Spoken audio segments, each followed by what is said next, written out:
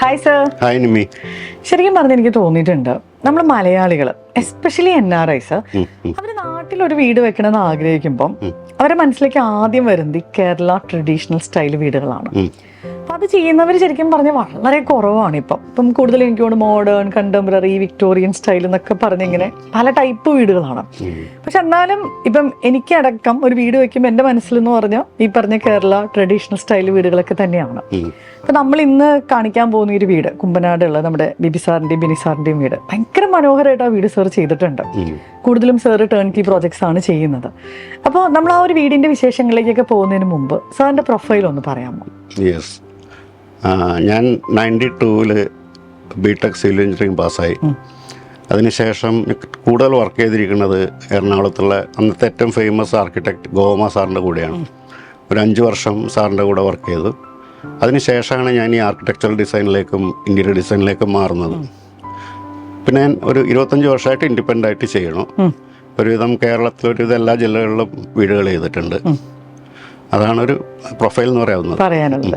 സാറിൻ്റെ ഈ ഒരു സിവിൽ എഞ്ചിനീയറിംഗ് ബാക്ക്ഗ്രൗണ്ട് ഉണ്ടല്ലോ, അത് ശരിക്കും പറഞ്ഞാൽ നമ്മുടെ ഈ ഒരു ആർക്കിടെക്ചർ ഡിസൈനിങ് അതുപോലെ തന്നെ അതിൻ്റെ കൺസ്ട്രക്ഷൻ ഇതിലൊക്കെ എത്രത്തോളം ഹെൽപ്പ് ചെയ്തിട്ടുണ്ട്? ഒരുപാട് ഹെൽപ്പ് ചെയ്യുന്നുണ്ട്. അതാണ് ഒറ്റ വാക്കിൽ പറഞ്ഞാൽ. ഞാനിപ്പോൾ ബിഗിനേഴ്സിനോട് എപ്പോഴും പറയും, ഡിസൈനേഴ്സിൻ്റെ അടുത്ത് അത് ആർക്കിടെക്ചറൽ ഡിസൈൻ ആയാലും ഇൻറ്റീരിയർ ഡിസൈനർ ആയാലും മിനിമം ഒരു 5 വർഷമെങ്കിലും അവരോട് സൈറ്റിൽ വർക്ക് ചെയ്യാൻ പറയും. കാരണം എങ്ങനെയാണ് നമ്മൾ ഈ ഡിസൈൻ ചെയ്യുന്ന സാധനം എങ്ങനെയാണ് സൈറ്റിൽ എക്സിക്യൂട്ട് ചെയ്യുന്നത്, അതിൻ്റെ ഓരോ സ്റ്റേജസ്, ഇതൊക്കെ കൃത്യമായിട്ട് മനസ്സിലായ ശേഷം ഡിസൈനിങ്ങിലേക്ക് പോയാൽ ഒരുപാട് ഗുണങ്ങളുണ്ട്. ഇപ്പോൾ എന്നെ സംബന്ധിച്ച് ഞാനൊരു വീട് ഡിസൈൻ ചെയ്യുമ്പം തന്നെ അതിന് എവിടെയൊക്കെയാണ് കോംപ്ലിക്കേഷൻ വരാൻ സാധ്യതയുള്ളത്, ഏതൊക്കെ ജോയിൻസിലാണ് അല്ലെങ്കിൽ എവിടെയാണ് ലീക്ക് വരാൻ സാധ്യതയുള്ളത്, ഇത്തരം കാര്യങ്ങളൊക്കെ ഡിസൈനിങ് സ്റ്റേജിൽ തന്നെ മനസ്സിലാവും. അത് കഴിഞ്ഞിട്ട് അത് എക്സിക്യൂട്ട് ചെയ്യുമ്പോൾ എവിടെയൊക്കെ ശ്രദ്ധിക്കണം, എവിടെയൊക്കെ ഡീറ്റെയിൽ ചെയ്യണം, ഇതൊക്കെ നമ്മൾക്ക് ഇനീഷ്യൽ സ്റ്റേജിൽ ഡിസൈനിങ് സ്റ്റേജിൽ തന്നെ മനസ്സിലാവും. രണ്ടാമതൊന്ന് കോസ്റ്റിങ്ങിൻ്റെ കേസിൽ ഇത് ഒരുപാട് ഹെൽപ്പ് ചെയ്യുന്നുണ്ട്.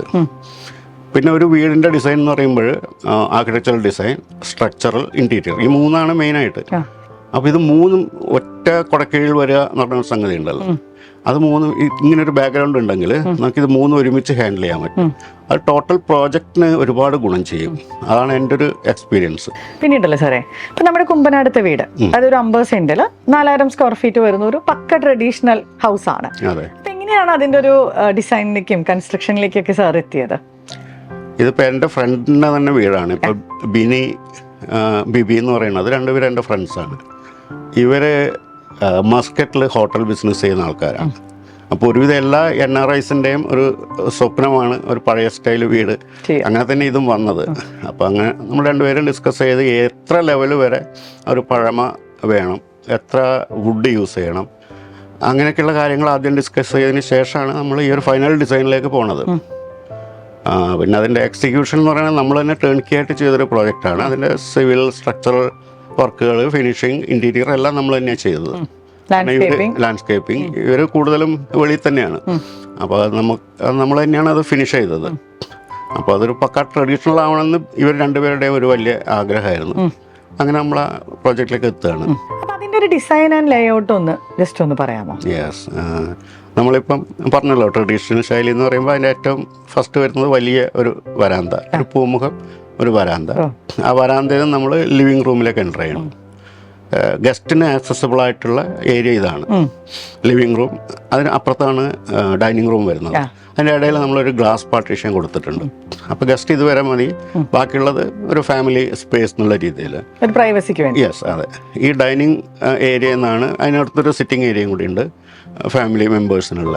അപ്പോൾ ഈ ഡൈനിങ്ങിൽ നിന്നാണ് ബെഡ്റൂംസിലേക്കുള്ള എൻട്രി. അതോടൊപ്പം ഒരു സ്റ്റെയർ കേസ്, ഡൈനിങ് ഏരിയയിൽ നിന്നൊരു സ്റ്റെയർ കേസ് മുകളിലേക്ക്, മുകളിലൊരു ഹോം തിയേറ്ററും അതിൻ്റെ വെളിയിലൊരു ഈ ഫസ്റ്റ് ഫ്ലോർ വരാന്തേ. കാരണം വളരെ ഫ്രീക്വൻ്റ് ആയിട്ട് പോകേണ്ട കാര്യമില്ല. ലിവിങ് ഏരിയ എപ്പോഴും ഒറ്റ ഫ്ലോറിൽ നമ്മൾ നിർത്തിയിട്ടുണ്ട്, ബെഡ്റൂംസും ഡൈനിങ്, കിച്ചൺ. പിന്നെ വെളിയിൽ ബാക്ക് സൈഡിൽ നമ്മളൊരു ബാൽക്കണി കൊടുത്തിട്ടുണ്ട്. അതിന് ചുറ്റും ലാൻഡ്സ്കേപ്പ്. ഇവർക്ക് പുറത്ത് പോയി ഒന്നിരിക്കാൻ, ഫ്രണ്ടിൽ ആരെങ്കിലും ഗസ്റ്റ് ഉണ്ടെങ്കിൽ വെളിയിൽ പോയിരിക്കാൻ ഒരു സ്പേസ്, അത്രയേ ഉള്ളൂ.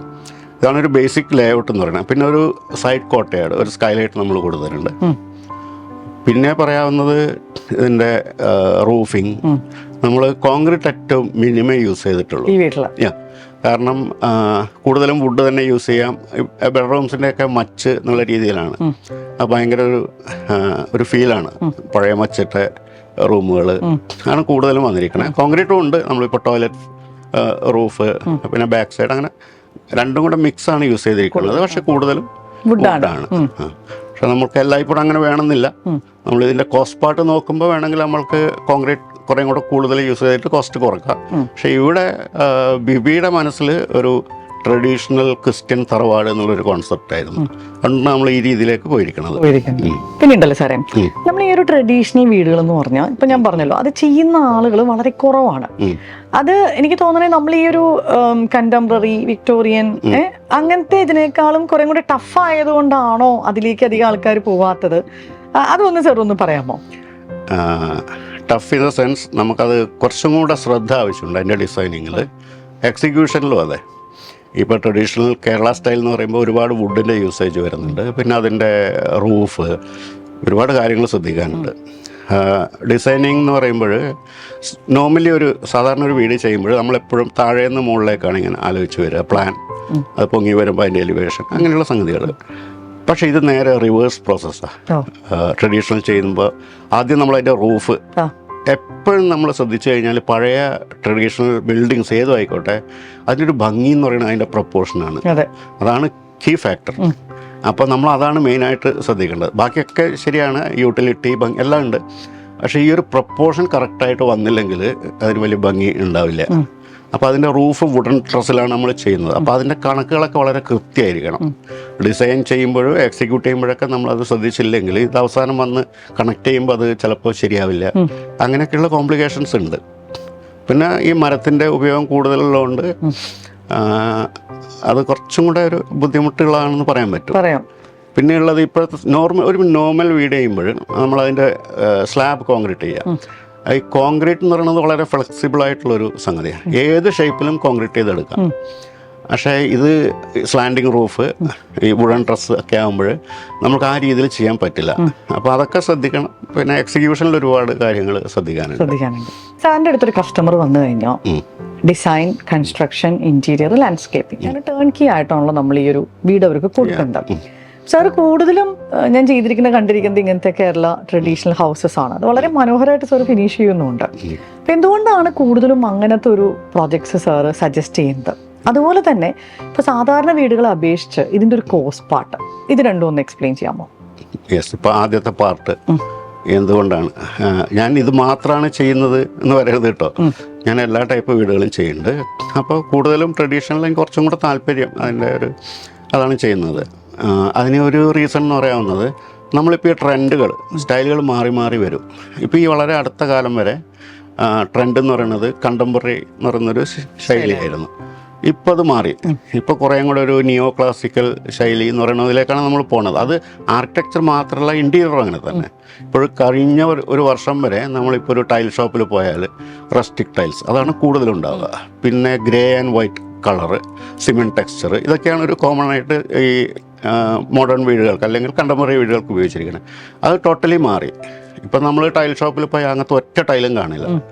കുറേ കൂടെ ഗ്ലോസി ആയിട്ടുള്ളത്, കളർ സ്കീം മാറി, ഈ ഗ്രേ എന്നുള്ള കളറൊക്കെ മാറി. അപ്പോൾ ഇതിങ്ങനെ മാറി മാറി വരും.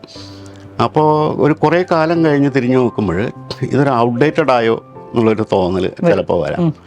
നമ്മൾ ഒരു വീട് ചെയ്യാറുള്ളൂ, മിക്കവാറും മലയാളിയുടെ ഒരു വീടാണ്. അങ്ങനെ വരുമ്പോൾ എല്ലാ കാലത്തും നിലനിൽക്കുന്ന ഒരു ശൈലി എന്ന് പറയാവുന്നത് അത് എവിടെയായാലും ഒരു ട്രഡീഷണൽ സ്റ്റൈൽ തന്നെയാണ്. ഒരു ക്ലാസിക്കൽ ശൈലി എന്ന് പറയുമ്പോൾ അതിന് എല്ലാ കാലത്തും ഒരു ഭംഗിയുണ്ട്. അതൊരു റീസൺ. പിന്നെ എന്ന് പറയുന്നത് എനിക്കിത്തരം ചെറുപ്പം തൊട്ടേ ഞാൻ കൂടുതലും കണ്ട് ശീലിച്ചത് പിന്നെ ഈ മരത്തിൻ്റെ വർക്കുകളോട് കുറച്ചധികം താല്പര്യമുണ്ട്. അപ്പോൾ ഇതൊക്കെ കൊണ്ടാണ് നമ്മൾ ആ ഒരു രീതി കൂടുതലും പ്രിഫർ ചെയ്യണത്. പക്ഷെ അതല്ലാതെ നമ്മൾ ഇപ്പം മോഡേൺ ആൻഡ് ട്രഡീഷണൽ അതിൻ്റെ ഒരു ഫ്യൂഷൻ രീതിയിലും ചെയ്യാറുണ്ട്.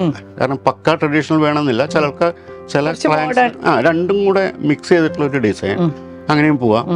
പിന്നെ കോസ്റ്റ് പാർട്ട് എന്ന് പറയുമ്പോൾ എന്തായാലും ഇതൊരു കൺവെൻഷണൽ വീടുമായിട്ട് കമ്പയർ ചെയ്യുമ്പോൾ കോസ്റ്റ് കൂടും. അതിൻ്റെ റീസൺ മരം എത്രത്തോളം വുഡ് യൂസ് ചെയ്യുന്നു അതിനനുസരിച്ച് ഇതിൻ്റെ കോസ്റ്റ് കൂടും. ഒരു റഫ്ലി പറയുകയാണെങ്കിൽ നമ്മളൊരു നോർമൽ വീട് ചെയ്യുന്നതിനേക്കാളും ഒരു 600 റുപ്പീസ് പെർ സ്ക്വയർ ഫീറ്റ് മാറും. ഒരു ആവറേജ് ആണിത്. അങ്ങോട്ടും ഇങ്ങോട്ടും മാറാം. അതാണ് ഒരു കാൽക്കുലേഷന് വേണ്ടി പറയാം. പിന്നെ എത്ര വുഡ് യൂസ് ചെയ്യുന്നു, ഇതാണ് മെയിൻ ഫാക്ടർ. ഇപ്പം നമുക്ക് കോൺക്രീറ്റിൻ്റെ പോർഷൻ കൂട്ടിയിട്ടൊക്കെ ഈ കോസ്റ്റ് കുറക്കാം. അപ്പം അത്ര ഫ്ലെക്സിബിൾ ആണത്. പക്ഷെ നോർമൽ വീട്ടിനേക്കാൾ ഇത് കുറച്ചും കൂടെ എക്സ്പെൻസീവാണ്. അപ്പോൾ സാറേ, എനിക്ക് ശരിക്കും പറഞ്ഞാൽ സാറ് ചെയ്തിട്ടുള്ള പല വീടുകളും നമുക്ക് വ്ലോഗ് ചെയ്യാനായിട്ടൊരു അവസരം കിട്ടിയിട്ടുണ്ട്. അപ്പോൾ ഇനിയും അതുപോലത്തെ നല്ല വീടുകൾ ചെയ്യാനായിട്ട് നമുക്ക് ഭാഗ്യം ഉണ്ടാവട്ടെ എന്ന് പ്രാർത്ഥിക്കുന്നു. അപ്പോൾ താങ്ക്സ് ഫോർ യുവർ ടൈം. അതുപോലെ നിമ്മിയുടെ വ്ളോഗ്സ് ഒക്കെ ഞാൻ ആദ്യം തൊട്ടേ കാണുന്ന ഒരാളാണ്. അപ്പോൾ അതിൻ്റെ ഒരു പാർട്ടാകാൻ പറ്റിയതിൽ വലിയ സന്തോഷം. ഭാവിയിലും നമുക്ക് ഒരുമിച്ച് ചെയ്യാം. Yes, thank you thanks. Thank you Nimmi.